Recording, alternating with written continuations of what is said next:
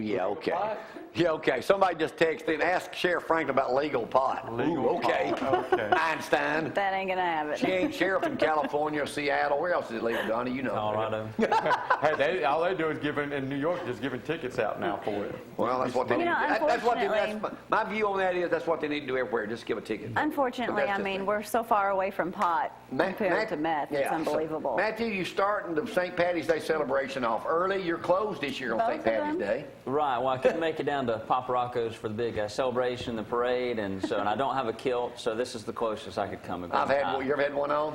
No, I have not. You know, you're hanging kind of free. I can tell you that. I've worn one.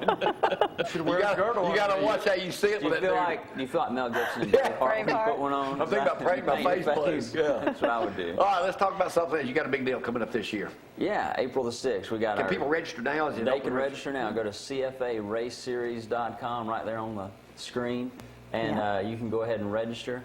And we've got a 5K. This year we've also added a 10K and a 1 mile fun run. So, you know, if you want something a little more challenging than just a 5K, we've got that. How much money have you generated over the last couple of years for charity for that? Over the past 3 years, we've raised about $45,000 total. Wow, so, Matthew. And so, you know, but it's been good. We've been able to give back to the community and help in some different areas. Is this something something all Chick-fil-A's do across America? They pick out a charity a year and do an event similar to yours? Not necessarily. I mean, you know, a lot of them do give back to their community in different ways, but not necessarily an event like this where they give back to one specific charity per se. But they give in different ways. I mean, that's typically what we try to do is be active in our community. So. Now, how many people ran last year? Last year we had around 400 that actually came out and ran. So a few more than that signed up, but 400 showed up on race day. You start there at the Wellness Center, and it comes around and goes downtown and circles back around and ends back at the Wellness Center. Right. The 5K will just do that kind of big loop in front of Cowart and around the courthouse, and then the 10K will come back that direction and then kind of veer off and come back, but they'll both end at the same place right there. At some little skinny dude from Madison won it last year. Yeah, I mean, he was smoking. He's running about 15 minutes. So yeah, he was fast. I mean, you know, and they're amazing. Those guys that are those elite athletes because they look like they're not even. It's effortless, you know. So Gregg's gonna enter this year. After eating all that yogurt, he's gonna need to be running some of it off. Jamie's gonna ride a stationary bike. He he's gonna do that. There's been a big difference in that. And probably hurt too much. This year the charity is Hope. Yeah, it's Bridge of Hope again, and they're a great organization here in Athens. Adoptions. And what they do is try to bridge the gap in people adopting, so through counseling and then also through financial aid. Let me ask you, Matthew, in that Bridge of Hope thing, can you trade a kid in and get another one? No. I mean, if your kid's not, you know. I don't think that's bad parenting. Okay, what if I start a company? That'd be a new one. It's bad parenting. You don't need more kids. If you got a bad kid, it's your fault. I don't say nothing. If you got a bad kid that's under 18, if you trade them in to get a better kid, that's a new concept, Matthew. The apples don't fall far from the tree. Wouldn't that not be a new concept, Gregg?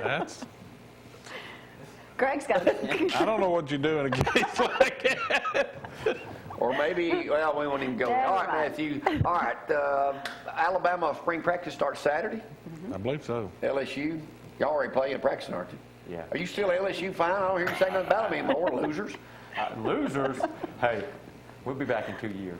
Okay. Alabama's got it next year. We get the year after. You believe that? He's already conceded. That's pretty hard. Watch Alabama lose 2 games. We'll be looking for a new coach. And then I'll be going, yes! All right, I got to go to Danny Roadrunner B.B. Johnson. Weekly report here. Danny B. also at Home and Garden Show, which comes up this Saturday and Sunday. It's a free event at Limestone County Event Center. What else? That's it. Go out there for the free event. They're booked. And you want to get a deal on a brand new, 2000 Mercedes, go by Tom McAllister's place, across from the Ford dealership, Pete Lamb's place down here at Clayton Homes, and look at it. Can't drive it because I got the key, but you can look at it. All right, we're going to go with Danny Roadrunner Johnson right now. We'll see y'all next week. Bye. Have a good weekend. Go Tigers.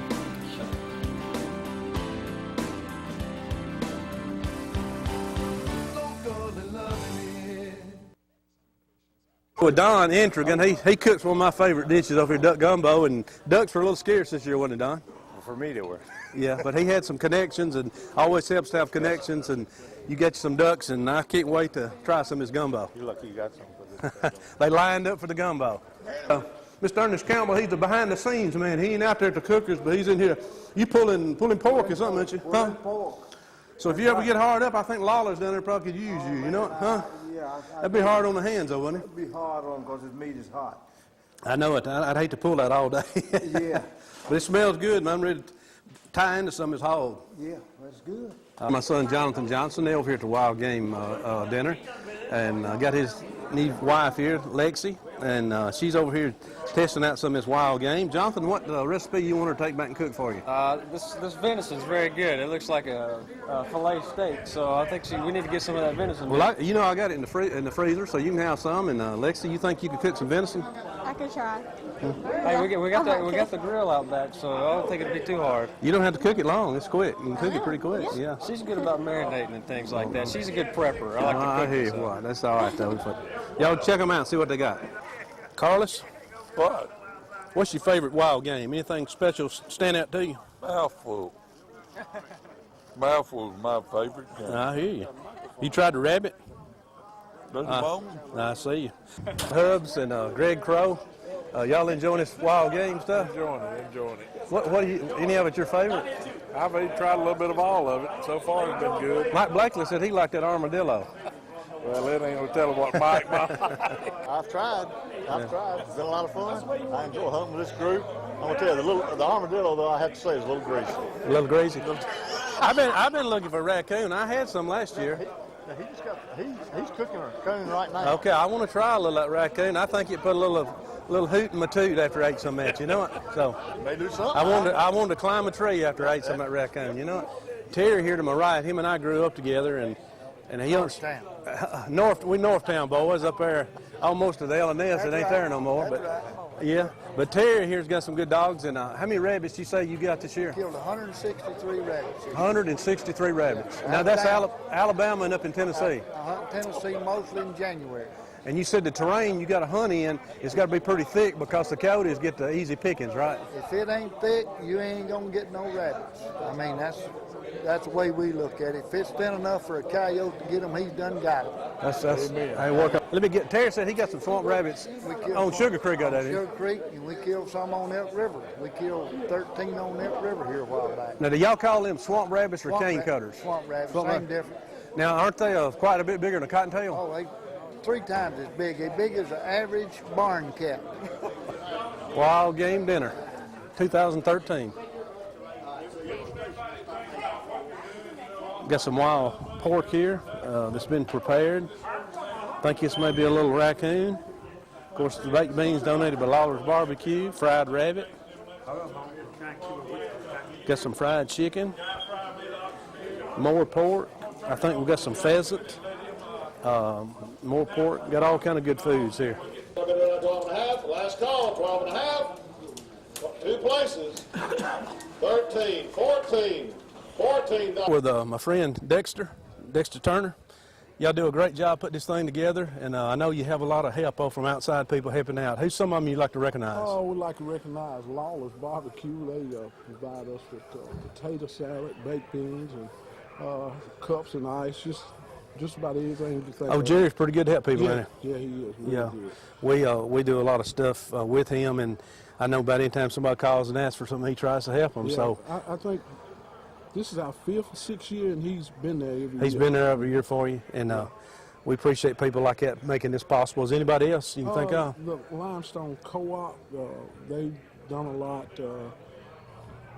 Those are a few people that I know. We got a lot of people working that come in. I hate to overlook somebody. Yeah, we don't overlook anybody, but it's a lot of people that donate and help out with this. Plus, you got a lot of people come out here and cook and help out. So it's a win-win for everybody in the community, and we hope we can keep this thing growing and just make it bigger every year. Also, we want to thank the City of Athens and the Sheriff's Department. They send people out to direct traffic. Yeah, okay. Yeah, I saw Sheriff Blakely out here earlier, and everybody participates and makes it a fun event for the community. And I know y'all like hunting, and this way you can take the game that you harvest every year and share it with the neighbors and friends. This is a way to give back for people who let us hunt and their property. It's some great food, and I know people really appreciate you doing this for them. Thank you, Dexter.